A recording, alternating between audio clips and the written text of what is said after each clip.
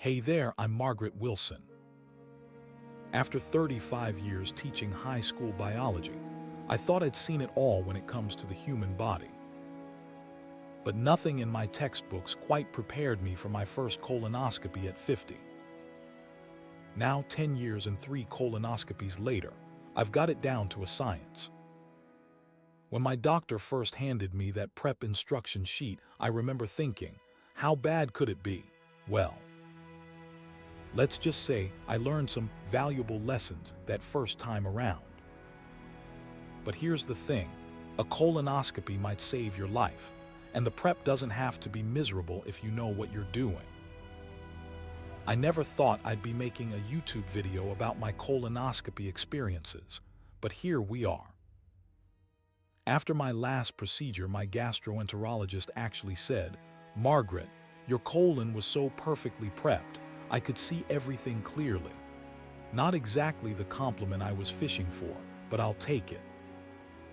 The truth is, colon cancer is the second leading cause of cancer deaths in the United States, but it's also one of the most preventable if caught early. My own sister was diagnosed with stage 2 colon cancer at 55, and it was her regular screening that caught it before it spread further. She's cancer-free today because she didn't. Her colonoscopy. I know the prep part sounds intimidating. The procedure itself. You're asleep. It's the day before that everyone dreads. But I promise you, with some planning and the tips I'm about to share, you can make it so much more bearable. Let's talk basics.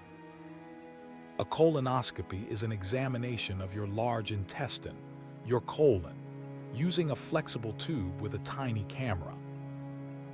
The doctor is looking for polyps, which are small growths that could potentially become cancerous. If they find any, they remove them right then and there. Prevention at its finest. But for the doctor to see clearly, your colon needs to be completely empty and clean. That's where the prep comes in.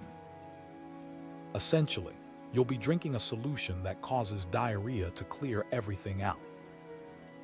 Not exactly dinner conversation, I know, but we're all adults here.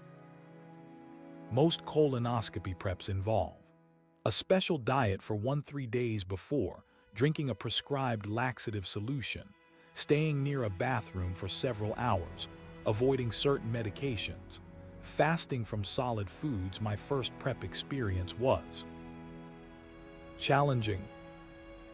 I wasn't mentally prepared. I didn't plan properly, and I made some rookie mistakes that I'll help you avoid. Success starts well before prep day. About a week before your procedure, start thinking about your diet. I gradually reduce fiber intake in the days leading up. This means fewer whole grain, nuts, seeds, raw vegetables, and fruits with skins or seeds. Here's my 7-day countdown. 7 days before, check with your doctor about any medications you take regularly. Some blood thinners, iron supplements, and even certain over-the-counter pain relievers might need to be temporarily stopped. 5 days before, begin reducing high-fiber foods. I start eating white bread instead of whole grain, well-cooked vegetables without skins, eggs, dairy, and lean proteins. 3 days before, shop for your prep supplies. Besides the prescribed solution, I recommend clear broths, apple juice, white grape juice, ginger ale or clear sodas, Jell-O popsicles, Gatorade or similar electrolyte drinks, ultra-soft toilet paper, wet wipes, diaper rash cream, entertainment, a sense of humor. My third time around, I also scheduled a day off work for the prep day. If you can, don't try to work or be productive during prep. Give yourself permission to just get through it. The day before your colonoscopy is typically a clear liquid diet day. But I've found that starting with a low-residue breakfast can help prevent hunger later. My go-to breakfast is 2 scrambled eggs, white toast, apple juice after breakfast. It's strictly clear liquids. This means water, clear broth, coffee or tea without cream, clear juices without pulp, clear sodas. Jell-O, popsicles. The hardest part of the day before isn't actually the prep solution, it's feeling hungry. I combat this by having warm broth when I'd normally eat meals. Something about the warmth makes it feel more substantial. I also space out different clear liquids throughout the day. Water gets boring fast, so I'll have apple juice, then broth, then tea, then maybe some junk. The variety helps psychologically. And here's a teacher tip: create a schedule and check things off as you go. It gives you a sense of progress and accomplishment during a challenging day. Now let's talk about the elephant in the room, the prep solution itself. Whether you're prescribed GoLytely, Movie Prep, Sue Prep, or another brand, they all have one thing in common: they don't taste great. My first time, I made the mistake of trying to gulp it warm. Big mistake. Here's what I've learned works best. 1. Refrigerate the solution well in advance. Cold is much more tolerable. 2. Use a straw placed toward the back of your mouth. This helps bypass some taste buds. 3. Have a chaser ready. I use a small sip of ginger ale after each gulp. 4. Suck on a lemon slice between doses to clear the taste. 5. If allowed, add crystal light powder to the prep. I divide my prep solution into smaller portions rather than staring down a huge jug. Psychologically, finishing several small cups feels more doable than working through one enormous container. And here's something I wish someone had told me the first time. You don't have to drink it all at once.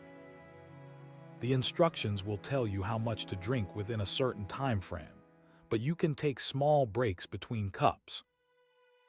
Just make sure you finish the required amount within the prescribed time. Okay, let's talk about what happens next. About 30 minutes to an hour after you start drinking the prep, you'll need to be near a bathroom. And I do mean NEAR. The first time, I thought I could just go when needed. By my third prep, I had learned to just camp out in the bathroom with my entertainment ready. I set up a little station with my tablet loaded with a good show, a small pillow, extra toilet paper within reach, wet wipes, a water bottle, my phone and charger. After a while, things start to slow down, and eventually the output becomes clear liquid. That's how you know the prep is working properly. It's not the most dignified process, but remember why you're doing it. This screening could literally save your life. One thing I've learned is to protect your sensitive areas. The frequent wiping can cause irritation. I apply diaper rash cream preventatively. It sounds silly, but you'll thank me later. The prep is as much a mental challenge as a physical one. As a teacher, I always told my students that attitude is everything, and that applies here too. I approach my prep day as a kind of self-care retreat. I've actually started scheduling a pedicure for the day after my colonoscopy as a reward. Having something to look forward to helps tremendously. During the prep, I practice what I call productive distraction. This means finding something engaging enough to take your mind off the discomfort, but not so complex that you can't put it down quickly when needed. For me, this is usually a lighthearted TV series I've seen before. I also remind myself repeatedly that this temporary discomfort is worth it for the peace of mind. My sister's early cancer detection is all the motivation I need. And don't be afraid to talk about what you're going through. The first time, I was so embarrassed I didn't tell anyone. By my third prep, I had no problem announcing to friends, "Can't make dinner Friday, it's colonoscopy prep day." Normalizing these screenings helps others feel more comfortable getting them too. The morning of your procedure is usually pretty straightforward. You might have to take the second half of your prep solution, depending on your doctor's instructions and your appointment time. I've learned to wear loose, comfortable clothing, bring a jacket, have your insurance card and ID ready, arrive early. Bring a friend or family member to drive you home. One thing I wasn't prepared for the first time: how thirsty I would be. You typically can't drink anything for at least 2 hours before the procedure, sometimes longer. My last sips of water are precious to me now. The hospital or clinic staff will guide you through the rest. You'll change into a gown, answer some questions, and have an IV started. Before you know it, you'll be wheeled into the procedure room. And then, the best part: the anesthesia. I always joke with the anesthesiologist, this is the only time someone pays you to take a nap. One moment you're saying hello to the doctor, and the next you're waking up in recovery, procedure complete. After my first colonoscopy, I had 2 small polyps removed. They were benign, but could have potentially developed into something more serious over time. That's when I truly understood the value of this screening. My gastroenterologist explained that since the polyps were removed, they can never become cancerous. It's like getting a cancer vaccine. You're literally preventing cancer before it starts. The recovery is usually very easy. You might feel a bit bloated from the air they use to inflate your colon for better visibility. Some people experience mild cramping, but most of us just feel hungry. That first meal after fasting is particularly delicious. Because of my family history and those initial polyps, I now have colonoscopies every 5 years instead of the standard 10. And honestly, I don't mind. The peace of mind is worth every moment of the prep. Looking back over my colonoscopy journey, there are a few things I wish someone had told me from the start. 1. The anxiety about the prep is often worse than the actual experience. 2.